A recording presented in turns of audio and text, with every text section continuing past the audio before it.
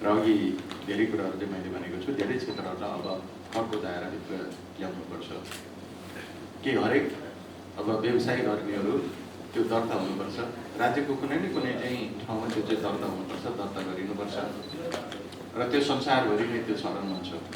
फेरि यहाँ मात्रै होइन, नयाँ ढङ्गले चाहिँ के कुरा चाहिँ लिएर आयो भनेर अब यो नहुने कुरा भन्ने हुनसक्छ, तर सबै कुराहरू चाहिँ आर्थिक कुराहरू त्यो पारदर्शी हुनुपर्छ। हाम्रा आम्दानीका हरेक स्रोतहरू चाहिँ राज्यलाई जानकारी हुनुपर्छ, कहाँबाट चाहिँ आउँछ, कसरी चाहिँ उसले त्यो प्राप्त गरेको छ, कति प्राप्त गरेको छ र उसले कति खर्च गर्छ भन्ने कुराहरू पनि, कति खर्च गरेको छ, के गर्छ भन्ने कुराहरू पनि त्यो राखेको हुन्छ। एउटा आधुनिक अब अर्थतन्त्रको हिसाबले हेर्दाखेरि सबैमा त्यो कुरा चाहिँ व्यवस्थित ढङ्गले हुन्छ, त्यसलाई चाहिँ व्यवस्थित गर्नुपर्छ र त्यसो व्यवस्थित गर्दाखेरि चाहिँ राजस्व सङ्कलन चाहिँ हामीले वृद्धि गराउन सक्छौँ भन्ने कुरा नै हो। हाम्रो जुन चाहिँ अब क्षेत्र छ, धेरै क्षेत्रहरू चाहिँ राजस्वबाट चाहिँ छुट भएर चाहिँ गएको छ। हामीले कसैको चाहिँ दान दक्षिणा बक्स पाउँछौँ भने पनि त्यसमा चाहिँ अब राज्यलाई चाहिँ त्यही केही न केही चाहिँ तिर्ने व्यवस्था चाहिँ अन्यत्र चाहिँ हुन्छ भने जस्तै अब हाम्रो सबै कुराहरू चाहिँ त्यो चाहिँ स्पष्ट ढङ्गले आउँदाखेरि पनि धेरै कुराहरू चाहिँ राजस्व सङ्कलन हुनसक्छ भन्ने एउटा मान्यताको आधारमा र एउटा चाहिँ ठोस आधार बनाएर नै हामीले त्यसलाई अगाडि बढाएका छौँ।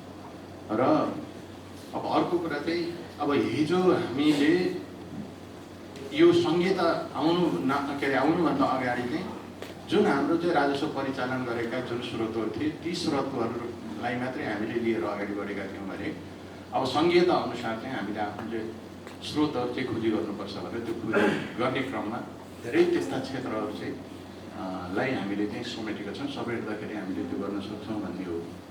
अब यो चालु आर्थिक वर्षमा हामीले 3 अरब त्यस्तै 25 करोड जतिको हामीले चाहिँ लक्ष्य चाहिँ राखेका थियौँ र त्यसको अब 61% यो वैशाख सम्मको चाहिँ त्यो उठेको थियो, किनकि त्यो लकडाउनले गर्दाखेरि प्रभावित भएको। त्यसको ठुलो हिस्सा भनेको हाम्रो यातायात क्षेत्र नै हो।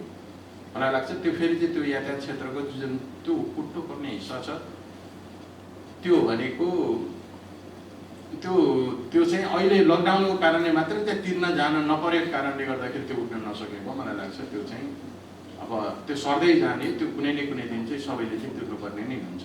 त्यस कारणले गर्दाखेरि त्यो पछि त्यो उठ्छ नै।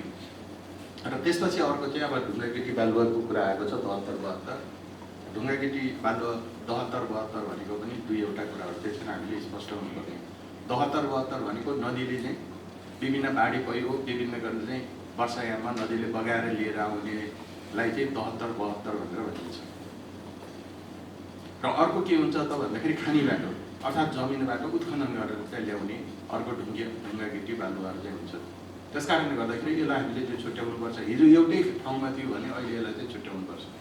अर्को स्थानीय तहको चाहिँ अधीनमा रहेको छ भन्ने कुरा जुन आएको छ त्यो विवादको विषय पनि भनेको छ। र अहिले के व्यवस्था गरेको छ त भन्दा सार्वजनिक ठाउँहरू र ऐलानी जग्गामा चाहिँ भएका 73-72 चाहिँ स्थानीय तहले चाहिँ उठाउने भनेर भनेको छ। त्यो भन्नुको अर्थ के हो त भन्दाखेरि वन क्षेत्रमा चाहिँ हुने ढुङ्गाकेटी बालुवा 73-72 आदि इत्यादि त्यो प्रदेश सरकारले चाहिँ उठाउन चाहिँ सक्छ। किनकि वन क्षेत्र भनेको त्यो राष्ट्रिय वन भनेको वन क्षेत्र भनेको प्रदेशको अब एकलौटी अधिकार क्षेत्रभित्र चाहिँ रहेको हुँदाखेरि अब त्यो ठाउँको चाहिँ उठाउन सक्छ। त्यसैले हामीले चाहिँ नवलपुरमा विभिन्न चाहिँ वन क्षेत्र भएको विभिन्न ठाउँमा त्यो अहिले चाहिँ उठाउने गरिरहेको नै छ। त्यस कारणले गर्दाखेरि अब ऐनले छुट्याइदिइसकेपछि आफ्नो अधिकार क्षेत्रभित्रको जुन छ आफैले कलेक्सन गर्ने भइसकेपछि त्यो क्षेत्र पनि 50% भन्दा बढी क्षेत्र भनेको वन क्षेत्रमा छन् र ती वन क्षेत्रमा चाहिँ रहेका 73-72हरू अब प्रदेश सरकारले सङ्कलन गर्न सक्छ भनेर त्यही अनुसार चाहिँ हामीले चाहिँ त्यो उठाउने व्यवस्था चाहिँ हामीले चाहिँ गरेको छ। यसरी चाहिँ हामीले चाहिँ आन्तरिक राजस्व होइन लकडाउनको कारणले प्रभावित हुने एउटा कुरा छ, तर प्रभावित नहुँदाखेरि चाहिँ उठ्न सकिने के हो त भन्दाखेरि करिब चाहिँ 5 अरब चाहिँ हामीले उठाउन सक्छौँ भनेर हामीले त्यो 4 कति व्याख्या छ 4 चाहिँ 4 कति छ 84 मैले अहिले यहाँ 460 छ त्यो हामीले चाहिँ अनुमान चाहिँ गरेका छौँ।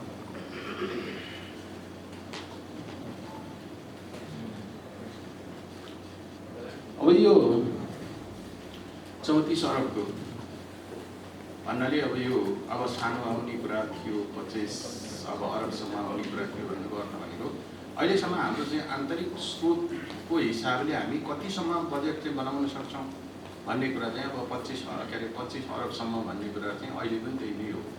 किनकि हामीले चाहिँ सिलिङ दिँदाखेरि हामीले के गर्छौँ त भन्दाखेरि हाम्रो चाहिँ आन्तरिक चाहिँ हाम्रो चाहिँ आम्दानी हाम्रो आन्तरिक चाहिँ कति हुन्छ त भन्ने आधारमा हामीले विभिन्न मन्त्रालयले सिलिङ दिन्छौँ र त्यो भनेको हामीले चाहिँ 19को हाराहारी बनाएर हामीले सिलिङ चाहिँ दिएका थियौँ। र त्यसपछि हामीलाई के थपिन्छ त भन्दाखेरि सङ्घबाट आउने चाहिँ केही रकमहरू चाहिँ थपिन्छ। त्यो सङ्घबाट आउने अब रकम भन्नाले अब समपूरक रकम हुन्छ, सशकको आधारमा आएको हुन्छ, अनि विशेषको आधारमा चाहिँ आएका रकमहरू चाहिँ छन्। र ती रकमहरूको कारणले गर्दाखेरि यो चाहिँ बजेट चाहिँ अब 25 भने पनि त्यो बजेट चाहिँ फेरि चाहिँ बढेर त्यो चाहिँ अब 30 पुग्न सक्छ। अनि त्यसपछि आएर चाहिँ नगद मौजदात फेरि चाहिँ त्यो अब खर्च गर्न नसक्ने त्यो थपिन्छ। अनि थपिएर यसरी चाहिँ हामी चाहिँ यो चाहिँ 34मा चाहिँ पुगेको हुन्छ। र पहिला चाहिँ हामीले 25मा बनाउने भनेर हामीले बनाउँदा त्यसपछि चाहिँ थपिने जुन चाहिँ दायित्वहरू छन् त्यो दायित्व थप्दै जाँदाखेरि कल्पना मैले चाहिँ के गरेको थिएँ 30सम्म चाहिँ थपिन्छ होला भनेर चाहिँ एउटा अनुमान गरिरहेकोमा एकैचोटि चाहिँ 34सम्म चाहिँ पुग्यो। त्यो थपिने चाहिँ दायित्वहरू चाहिँ थप्दै जाँदाखेरि चाहिँ थपिएर चाहिँ 34 चाहिँ भएको हो। यो 34 चाहिँ हामीले बढाएर ठुलो बजेट बनाउनुपर्छ भनेर हामीले बनाएको पनि होइन। र विगतको अब त्यो ट्रेन्डलाई त्यही कारणले गर्दाखेरि पनि पछ्याउँदै जाँदाखेरि अहिले 34 चाहिँ भएको हो। र अर्को चाहिँ अब कार्यक्रम भन्नाले हामीले चाहिँ अब प्राथमिकतामा पनि हामीले भनेको थियौँ सिद्धान्त र प्राथमिकतामा पुराना आयोजनाहरू सबै महत्त्वपूर्ण आयोजनाहरू त्यो चाहिँ अब सर्छ, हामी चाहिँ सार्छौँ, त्यसलाई हामीले चाहिँ टुट्न दिँदैनौँ भनेर हामीले चाहिँ भनेको थियौँ। त्यो कार्यक्रम चाहिँ सर्छ र त्यसपछि आएर पैसा पनि जुन मौजदात छ त्यो मौजदात पनि अटोमेटिक अब सर्ने नै भयो। बरु अब कार्यक्रममा चाहिँ हिजो छुट्याएका पैसाहरू हिजो अब धेरै छुट्याइएको थियो भने अहिलेको अवस्थामा त्यो थोरै हुन सक्छ। अहिले धेरै त्यस्ता कार्यक्रमहरू नि हिजो यो चालु आर्थिक वर्षमा त्यो कार्यक्रममा चाहिँ जति परेको थियो त्यति नै पैसा चाहिँ आगामी वर्षको बजेटमा त्यो नपर्न सक्छ, त्यो थोरै हुनसक्छ, कसैलाई धेरै पनि हुनसक्छ। हामीले के भनेको छ त भन्दा त्यही वर्षमा नि सम्पन्न हुने खालको चाहिँ छ भने त्यसलाई बरु अलिकति पैसा थप गरेर चाहिँ सम्पन्न हुनसक्छ भने त्यसलाई चाहिँ बरु चाहिँ पैसा थप गरेर त्यसलाई चाहिँ सम्पन्न गर्ने गरेर चाहिँ जानुपर्छ भनेर हामीले त्यो कार्यक्रमहरू अब आगामी वर्षको कार्यक्रमहरू सम्पन्न गर्नलाई चाहिँ पहिला छुट्याइएको भन्दा पनि अलिकति धेरै छुट्याउनुपर्छ भने त्यसलाई छुट्याउने भनेर त्यो हामीले सिद्धान्त बनाएको छ। त्यसअनुसार चाहिँ त्यो हुनसक्छ, त्यो सक्छ। र एउटा चाहिँ अब खर्च हुन सकेको छैन। अब एउटा कुरा त अब सबैलाई थाहा छ, अब खर्च गर्ने भनेको पहिला त खर्च गर्ने अब खर्च गर्न सक्ने अङ्ग प्रत्यङ्ग हामीसँग खर्च गर्ने होइन। अब खाने हाम्रो पेट हुनु पऱ्यो भने जस्तै अब सरकारको पनि खर्च गर्न सक्ने चाहिँ अङ्ग नभएको कारणले गर्दाखेरि त्यो हामीले अब बजेट त छुट्याउँछौँ, छुट्याए पनि त्यो हामीले चाहिँ खर्च गर्न सकिरहेका हुँदैन भन्नाले त्यसको हाम्रो चाहिँ संरचनाहरू चाहिँ हामीले खर्च गर्ने संरचनाहरू चाहिँ नबनेको कारणले गर्दाखेरि र त्यो खालको चाहिँ जनशक्ति हामीसँग नभएको कारणले गर्दाखेरि पनि हामीले धेरै कुराहरू चाहिँ खर्च गर्न नसकेको र त्यो कुराहरूलाई हामीले गएको आर्थिक वर्षमा यो अहिलेको चालु आर्थिक वर्षमा नि हामीले त्यो महसुस गरेर हामीले केही संरचनाहरूलाई हामीले चाहिँ निर्माण नगर्ने हो भने हामीले हाम्रो बजेट चाहिँ खर्च गर्न सक्दैनौँ भनेर हामीले चाहिँ संरचनाहरू चाहिँ निर्माण गर्ने जनशक्ति त्यो संरचना निर्माण गरिसकेपछि त्यसलाई आवश्यक पर्ने जनशक्ति हामीले चाहिँ थप्न सक्छौँ। त्यसलाई थपेर अगाडि बढाउने भन्दा हामीले धेरै संरचनाहरू यो आर्थिक वर्षमा हामीले अगाडि बढाएका छौँ। त्यसले गर्दाखेरि अब हेरौँ अझै पनि अब खर्च गर्न चाहिँ हामीले यो संरचना बनाएर जनशक्ति थपिसकेपछि हाम्रो अब खर्च गर्ने चाहिँ हाम्रो अवस्था कस्तो हुन्छ त्यो कुरालाई पनि हामीले मूल्याङ्कन गरेर फेरि अर्को वर्षमा चाहिँ हामीले त्यसलाई चाहिँ सुधार गरेर चाहिँ जान सक्छौँ। र अब अहिले अब यो खर्च हुन नसक्यो, अब 63% भनेको छ। अब एउटा चाहिँ अब लकडाउन कारणले गर्दाखेरि पनि कति सक्थ्यो त्यो आफ्नो ठाउँमा छ, तर पनि हामीले के महसुस गरेका छौँ त भन्दाखेरि हामीमा त्यो खर्च गर्ने संरचना जनशक्ति नभएको कारणले गर्दाखेरि खर्च गर्न नसकिएको भन्ने कुरालाई हामीले गम्भीरतापूर्वक महसुस गरेका छौँ। र अब यो अब कोभिडका निम्ति अब यो कति खर्च हुन्छ त्यो आकलन अब कति भएको छ भन्ने सन्दर्भमा अब यो कोभिडको अब महामारी अब स्वाभाविक रूपले अब नेपालमा त्यो प्रवेश गरिसकेको छ र त्यो महामारीको रूपमा त्यो अगाडि बढिसकेको छ र यो महामारीमा अब हामी सबै मिलेर नै अगाडि बढ्ने हो।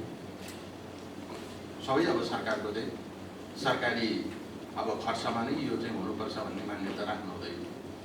अहिले जुन जुन देशमा चाहिँ महामारी फैलिएको छ ती सबै देशमा सबै सरकारले चाहिँ जिम्मा लिने भन्दा पनि सरकारले जिम्मा लिनुपर्ने अब जुन क्षेत्र हो त्यो क्षेत्रलाई चाहिँ लिनुपर्छ र त्यसमा पनि हाम्रो देशमा चाहिँ 3 तहको सरकार भएको हुँदा सङ्घ, प्रदेश र स्थानीय तहले आफ्नो जिम्मा लिएर नै यो अगाडि बढ्दाखेरि मलाई लाग्छ अहिले अब जे रूपमा हामीले बजेट छुट्याएका छौँ, सङ्घले जे हिसाबले चाहिँ बजेट छुट्याएको छ, त्यसपछि प्रदेशले हामीले जसरी चाहिँ बजेट छुट्याएका छौँ र त्यस्तै गरेर अब स्थानीय तहले पनि त्यो छुट्याउनु पर्ने हुन्छ, अनिवार्य रूपमा स्थानीय तहले छुट्याउँछ। त्यसले गर्दाखेरि मलाई लाग्छ अहिले हामीले जुन कल्पना गरिरहेको छौँ विश्वमा अब जस्तो ढङ्गले अगाडि बढेको छ त्यही ढङ्गले हामीले अब त्यसलाई चाहिँ आकलन गर्ने, त्यो आकलन गर्दाखेरि मलाई लाग्छ अहिले हामीले छुट्याएको बजेट अब 2 अरबभन्दा बढी चाहिँ बजेट हामीले छुट्याएको छौँ र यसरी छुट्याउँदाखेरि यो चाहिँ अहिले हामीले छुट्याउन सक्ने पनि त्यति हो, त्योभन्दा बढी गर्न चाहिँ सक्दैन